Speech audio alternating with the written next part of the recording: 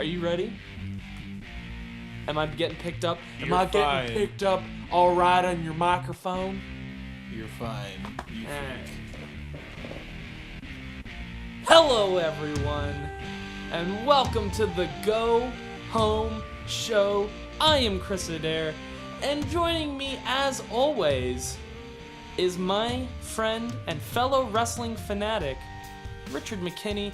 Richard, tell the people what this show is all about. This show is for the fans, by the fans, about anything at all in the world of professional wrestling, whether it is the WWE, TNA, or even an independent circuit such as, Ring of Honor? Maybe.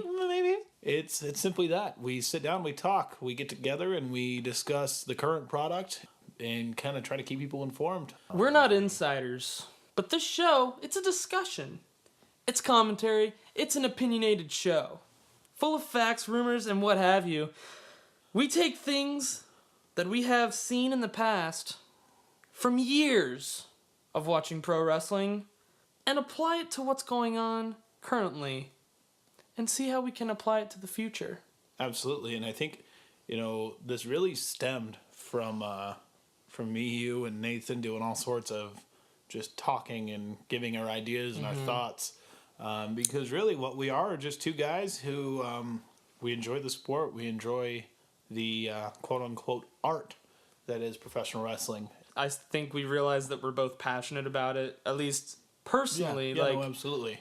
Whenever I'm giving out an opinion about, John Cena or whoever, comes from a place of passion. I think you're right. I think we're passionate about this, which is why we do it, but I think that that allows us to we can look into this and understand that there's more to it than what we see on TV.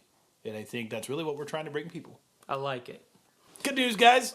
I've got a full cup of Dr. Pepper, so we are rocked, ready to go.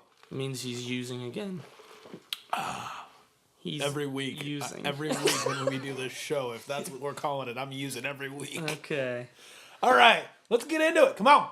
We're talking about the January 13th edition of Monday Night Raw, and my goodness, what a show it was. Started off strong with the Wyatt family, Daniel Bryan and Bray Wyatt, taking on the Usos. This match was a very good opening contest, in my opinion. I would have to agree. I think that's safe to say, just in general. The Usos, when they get in the ring, now that I look at it, I don't know that I've seen a bad match with those two. It's hard to point one out, for sure. So, in this opening contest, the match ended with Eric Rowan and Luke Harper attacking the Usos simultaneously, ending in a disqualification. And then this kind of weird, ritual thing started happening where Bray Wyatt whispers sweet nothings into Daniel Bryan's ear and then gives him the Sister Abigail. Next matchup. Yeah. Cena versus Sandow. John Cena defeats Damien Sandow. This brings us to one of our newest segments here on the Go Home Show. It's called Cena Does New Moves. I didn't know you were actually I thought you were kidding. All right. There was two new moves in the Cena repertoire. Recently, and when I say, I mean within the last year and a half or so. Cena has been sneaking some new stuff in there. I think the first big one was a drop kick. Drop kick. We're not sure where he got that from. But I don't know. Somehow he works in a drop kick. He dug real deep inside himself. Got that drop kick out of his moveset. So the first move of the Cena Does New Moves was the half Nelson neckbreaker. I noticed it. I'm not sure if this was the first time he's done it, but this is the first time I've noticed it. I think that was the first. Yeah. Number 2 was the tornado DDT, which even I was shocked. Anyway, next match. After the commercial break, we come to Kane. Brad Maddox enters. He says, "You're leading the charge tonight, but I've got an idea. How about a rematch of our opening contest, D-Bry and Bray Wyatt versus the Usos in a steel cage?" And Kane's like, "That's a really good idea. How This about whole I Kane up thing that? is so weird. I'm going to lock the cell door, and I'm the only one with the key. Going into the big show. Well, it's a big show. I think he's gonna do that every time we talk about the big show. Taking on the All-American, Jack Swagger. There was an announcement here. Big Show versus Brock Lesnar He's gonna do that every time we talk about Brock Lesnar. at Royal Rumble. I think we called that. I mean, it was kind of obvious So- almost, but yeah. Ding! Uno! That's not all that came out of this match. Big Show wins the match against Swagger and then punches out Zeb. Gives him the KO punch. The next match was Punk and the New Age Outlaws. Oh, you didn't know? Taking on the trio of the Shield. This match was really good. I enjoyed this match. Got to see Billy Gunn. Got to see the Road Dogg do the shake, rattle, and roll. I just want to say it started with a rock, paper, scissors. Vintage DX. I don't care about that. One thing I also noticed is that when Roman Reigns got tagged in, he got a little pop from the crowd. Yes, he did. Roman Reigns getting that heel pop. Where Which is- he shouldn't be getting a pop, but he is. Which is a bad sign. It's a bad sign for his heel character, but really good for him because he's getting a good Means reaction. he is over. He's getting there. Some things that were mentioned in this match, Roman Reigns being the Punisher, which I think is a really cool name. And they've never really had, like, the Punisher of the WWE, Roman Reigns. Then the climax of the match comes and CM Punk's reaching for the tag. The New Age Outlaws, they're reaching for the tag, and then, wait a minute. The New Age Outlaws, what's going on here? The New Age Outlaws walk out on CM Punk. What could it mean? I already know what's going on. The New Age Outlaws were told by executive COO Triple H Oh, goodness. to walk out on CM Punk. I And- had that yeah. thought. I'm hearing rumblings in the IWC, the internet wrestling community, that's kind of what's going on. They're setting that up. As well they should. So It's been getting set up for a while. it's going to be interesting. So after the New Age Outlaws walk out on Punk, Roman Reigns spears Punk, pins him on the mat, 1, 2, 3, and then the Shield punctuates it with a triple powerbomb to CM Punk. Coming back from commercial, it's the Funkadactyls versus AJ and Tamina. They did make mention of the fact that AJ is 5 days away from tying the record for longest reigning Divas champion. That's right, which means most likely she's going to do it. No. Well, Which is by the awesome. time Raw hits next week, she will have surpassed that. So And I will say this until there's someone better who comes along. AJ Lee is the best diva they have. right now. absolutely, especially now that Caitlin's gone. Especially now that Caitlyn's gone. The only reason I watch a Divas anything is to hear what AJ Lee has to say or see what AJ Lee has to do, and that's how you do it. This is how you do it. AJ Lee and Tamina take the win. After that, we come to Randy Orton frantically looking for the Authority. He's looking for some protection. Now, I think the APA are not really doing a lot of business these days. But he might want to start there. Give JBL a call. Yeah, maybe give JBL and Ron Simmons a call, see if they're doing anything. If they're Damn! if they're not free, well, you might need to look elsewheres. Kane says, "You know what? Just all your pent up anger, take it out on Kofi Kingston." So that sets up the Kofi Kingston match for later in the night. Then it's announced that the very first inductee into the Hall of Fame will be announced. And ladies and gentlemen, the first inductee into the 2014 class is none other than the Ultimate Warrior. I really hope I'm not the only one that got freaked out by that. So that's right, ladies and gentlemen, the Ultimate Warrior is going into the Hall of Fame. It's exciting. I wonder who's going to induct him. I don't know. Maybe Ricky Steamboat. Someone Somebody from that era. Somebody. So cut to Paul Heyman. Paulie dangerously laying down the science about some stupid. You have to check out this promo because it was fantastic. He went down to the molecular level when it comes to this promo. I wasn't able to write down all the stuff, but it sounded super smart and super right. So, I mean, he got his facts somewhere. He didn't just make them all up, I'm sure. Paulie will do that. And he knows his stuff. Which takes us to our next match, Randy Orton versus Kofi Kingston. Whoa! I gotta admit that this match didn't sound very enticing. No, in the first place. Not at all. And when it started, the second was not catching my interest. The second I heard, it was one of those great. Yeah. Kofi's gonna do the job. Because even commentary was rough. It was rough. And that's the thing is, this match it seemed to drag on a little bit. But Randy Orton was dominating. I mean, he was tearing it up. And they said something, we'll cut right to it right now. Kofi Kingston came out on top after a very long, especially for him in comparison to recent matches, it was a very long match for him.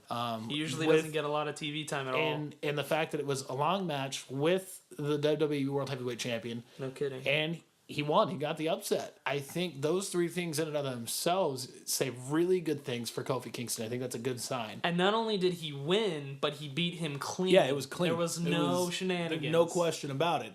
And I think that's great. I think that's a fantastic sign for the career of Kofi Kingston. So Kofi Kingston goes over on Randy Orton. Whoa! And Randy Orton starts having a little temper tantrum. That's what he does. Little vintage Orton, as it were. He decides to just leap on to John Sr., John Cena's dad, who was quickly shown in the beginning of the show and was like, "Oh, it's Cena's dad." And then he was shown right after Cena won his match. Cena went over, gave Dad a hug, and off he went. And no one and personally, I didn't think anything of it. I was like, "Oh, okay, cool. Cena's there." And John Cena's dad was there. I'll be frank with you really quick. Had I not seen that was going to happen via Facebook before it happened, I wouldn't have seen it coming either. Okay, I would not have. Didn't see it coming. Orton just flips and just takes out Cena. The interesting thing, Senior, the picture that they showed on Facebook was just it was John Cena by a stretcher, and I was like, "Who the and Brie Bella?" and that was after Cena's match, after I had seen his dad. I wouldn't have seen it coming either. After that, it was the Brotherhood, Cody Rhodes and Goldie. Even bigger. Woo! Versus Ryback and Curtis Axel. The Rhodes family dynasty, or the Brotherhood as they're called. They're awesome. They're on a roll. Cody hits the crossroads. I'm going to be really sad when this ends. Yeah. Also, I wanted to mention Cody's moonsault. Moving on. Chris is a mark for Cody Rhodes' moonsault. Yep, it's one of the most beautiful moonsaults in the business. Probably the most beautiful moonsault in the business. The most beautiful current moonsault. That's sure. I'm talking current. Yeah, that's a true statement. Because Lita's up there on some beautiful moonsaults. Ugh. So then it was Ray versus ADR. I don't really care about that at all. Alberto Del Rio wins the match. ADR calls out Batista. We all know he's going to get crushed. If he doesn't, I riot. We come to the backstage, and it's Punk, and he's seeking the authority. He wants to know what's going on here. Furious. Kane says, "You know what? You're going to be in the Royal Rumble, and you'll have a chance to be..." It's the solution to everyone's problem this time of year. You will have that chance to become the WWE World Heavyweight Champion. So, then, it's main event time. It's D-Bry and Bray Wyatt versus the Usos. And it's in a steel cage. Kane has the key. He's going to lock that door. They made it a point to stay out. It's been about a year since we've seen a steel cage at WWE Raw. That's right. One of the cooler things in this match was the little video package that the Usos had at the beginning. They spoke in Samoan, and then they spoke in English. Sweet. and it was like back and forth. I thought that was really cool. And they did the little half and half thing. Yeah, it's different, So, That kind of started off the match, and then Kane came out, chained up the door. Yep. And some of the spots there was like a double back suplex. Yeah. I remember one of the very last ones I remember. Bry got pushed like back and then like knocks into Bray Wyatt. Bray Wyatt goes nads first into one of the ropes. That was a cool little setup. To the chagrin of the Wyatt family, the Usos come back out on top once again. Because that means the Usos are moving on up. Moving on up. The ending of this match. Oh. Bray Wyatt's pretty pissed. Daniel Bryan kneels down, has the arms up, and then Bray Wyatt whispers the sweet nothings.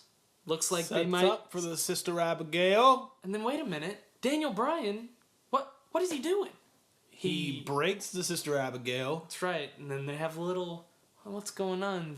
Bray Wyatt doesn't know what's going on. Daniel Bryan's just stoically Bray Wyatt's calling him out. You want to hurt me? You want to hurt me? You're not going to do it. You're a coward. Bray Wyatt charging him into the corner. Daniel Bryan dodging. And he goes right after him. Punch, punch, punch. And the crowd, my goodness, the crowd goes super crazy. As we figured they would. He's taken out Bray. He's alone in that steel cage. He finally got Bray Wyatt alone. Daniel Bryan does this thing. Takes it to Bray Wyatt. Gets right back onto the Daniel Bryan horse that we all love. Not the crazy, I'm going to be possessed by demons Daniel Bryan that we were kind of like, about. Yeah. Crawls himself up to the top of that cage. Orchestrated the 20,000+ people that were there tonight. Yeah. First of all, it was when he was about to hit that knee. And he slowly, yes. Yeah. Yes. And everyone was just like, they were with him. Holy freak. And here's what I love. Here's what I love. There, I can count on less than a hand the amount of people that can control a crowd of over 20,000 people the way he did tonight. Yep. I think after tonight, Daniel Bryan has like elevated into a certain, like he was there. Like people, you can tell everyone loves Daniel Bryan. Every single person in that arena. He played for the bad guys for a few weeks, and everyone's it was all still for the payoff. But see, everyone still liked him. Yeah, and that's great because nobody wanted to see him go down the evil path. But even though he did, they still supported him. He is a rare breed these days because the WWE has not done a very good job of getting the job done when it comes to characters. This is true. So I think that in and of itself is a giant good sign for things to come. Absolutely. But I think more importantly, that is a job well done. Yeah. And not only the show as a whole, great note to go out on. Definitely. Double swerve! Yeah. No, yeah, absolutely. With that being said, if you were to give the show a star rating from 1 to 5, you, Richard McKinney, what would you give it? Now that we've talked about it, given the content, given the solidarity of the storyline and the way that they seem to be keeping on top of things, I'd say easily this is a solid 4. I would have to agree. And I would add with the only thing that really dragged on tonight was the Randy Orton Kofi Kingston match. Every other, that 3 hours went by super fast. Yeah. Which means I was engaged and entertained the entire time. When you are able to notice that it's still 10:30 or it's still 11, we've still got a whole hour, it's not usually a good sign. I didn't have that problem. Yeah. Did the Go Home Show sell it for you? That's my line, man. You know what? That's my line. We're changing it up. I don't like it. Innovation. I don't like it. If the WWE can change, dang it, so can we. Double swerve. Let us know on Twitter. I am at The Ref Is Blind. And where can they catch you? I am at Rich Country. You got it right this week. Woo! I am happy for you. I am happy for me too. I know how to get a hold of myself now. I'm a little off the handle sometimes, Chris. I just gotta pull it in. Send myself a tweet. Be like, hey, Bro, You're choosing a lot of your words not very carefully here. maybe that's the plan. You're getting a hold of yourself and you're able to pull it in. I mean, what are you talking about here, buddy? Are you talking about Twitter? Why you gotta take Are me you down that talking road? about Twitter or are you talking about jacking it? Let's go home.